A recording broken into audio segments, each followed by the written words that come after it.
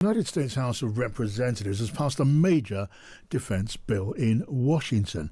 It boosts spending on defense by some $8 billion more than President Trump requested, but it does contain what look like a number of rebukes to President Trump over foreign policy from his critics. We can welcome Major General William Enyart, who was the 37th Adjutant General of the state of Illinois and a former Democrat representative on Capitol Hill for Illinois' 12th Congressional District. General, welcome to you. Well, thank you, and it's great to be with you this afternoon. You're very welcome, General. Tell us, is there more commitment and support for NATO then in Europe, in Congress, than there seems to be in the White House? Well, I think that's certainly true.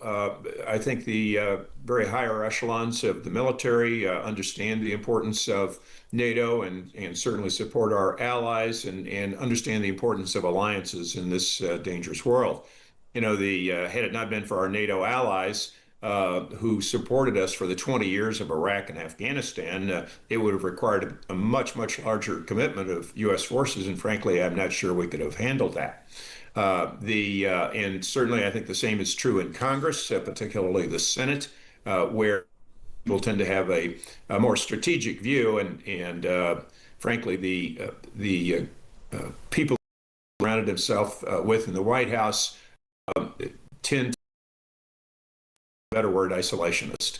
I mean, General, you'll know very well, there's been a lot of talk and a lot of commentary here and around Europe about the Trump administration seemingly stepping back from the Atlantic Alliance. And now, with this legislation, Congress has passed a big piece of legislation. Among other things, it demands the level of US forces in Europe should not fall below 76,000 for more than 45 days. I mean, how far does this legislation and provisions like that tie the hands of the President and the Pentagon? Well, it's certainly not tied his hands in his first administration or thus far in the current administration. He has moved money around and refused to spend money and has cut money that Congress has appropriated. The question is, how much longer will Congress allow and the courts allow him to do that? The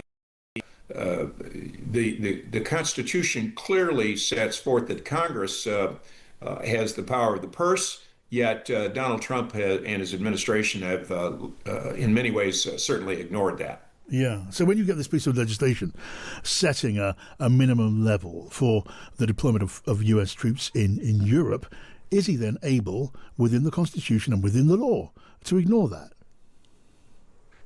Well, I would certainly argue that he is not. However, he has certainly done that and has moved money around in the Pentagon and had the Pentagon move money around. For example, when he moved money out of building housing for soldiers and their families and put it into building a wall along the Rio Grande, the border between Mexico and the southern border between Mexico and the United States, that certainly was not anything that Congress had intended or appropriated money for. All right, General, really good to talk to you. Thank you for coming on. General William Enyart there. Now, Lapland. We, of course, know that that's where Santa Claus lives, isn't it? But as well as hoping, if you're a child, maybe with your mum and dad, to go and visit his grotto, even have a ride on the sleigh, the Finnish city of Rovaniemi has also been welcoming a very different kind of Christmas visitor. Thousands of NATO troops have been passing through that area. It's only 50 miles from the Russian border. They've been on their way to Europe's largest military exercise. You can hear there, if you're there, military aircraft, not the bells of sleighs flying overhead, and we've got a serious matter of military exercises going on here at a rather tense time. Heikki Aalto is the MP for Lapland, chair of Finland's Defence Committee too. Hello to you, Heikki. Hello, good to be with you. And good to have you here. Quite a privilege to have Santa Claus as one of your constituents. Well, definitely, he is the most famous citizen in Rovaniemi and a great ambassador for the whole country and nation of Finland. Which, at this time of year, it's a place that so many families go to with an enormous amount of pleasure.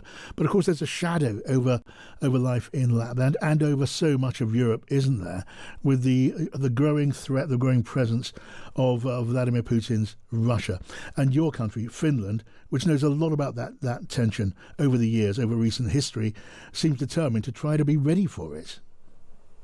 Well, yes, of course, the Russian aggression is a great threat for peace on our continent, and it threatens the world peace also. That's why we need to continue supporting Ukraine for them to beat the Russians, because that's the only way to end the aggression. But in Finland, we think that when you are well prepared, you don't have to be afraid. And I believe this preparedness in Finland makes it possible that although we have the big eastern bear in our neighbor, we are still, what comes to the United States, the happiest nation in the world, eighth consecutive. Congratulations on that happy spirit, especially at this time of year. But when you look at the threat posed by Russia just across the border, is that threat now becoming more obvious? We talk a lot about, we call it hybrid warfare, we talk about grey warfare, various aggressive acts short of outright aggression, testing the resolve of the West and of NATO countries. How is that apparent to you there in Lapland?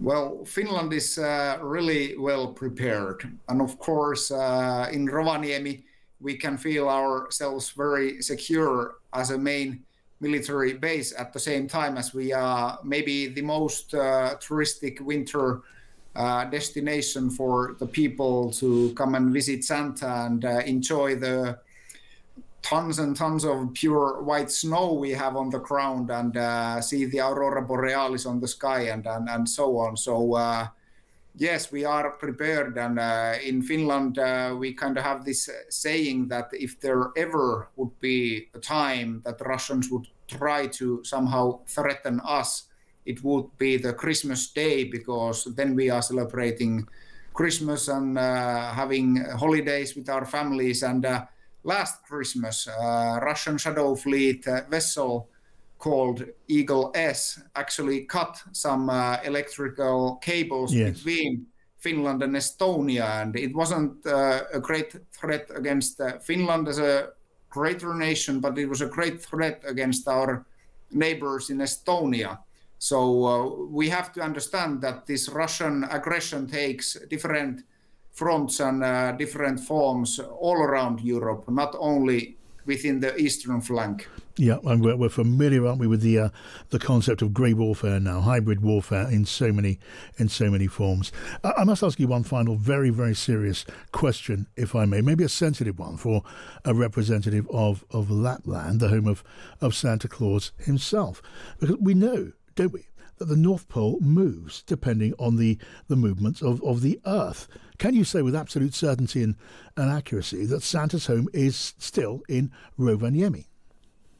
Definitely. Santa's home is in Lapland and in Rovaniemi, and you can come and see for yourself. There is great daily flight connections between the British Isles and Rovaniemi, so you can come and see for yourself and get some of the Christmas spirit to take back home. Okay, Heikki Aalto, MP for that, then I might just do that. Thank you so much.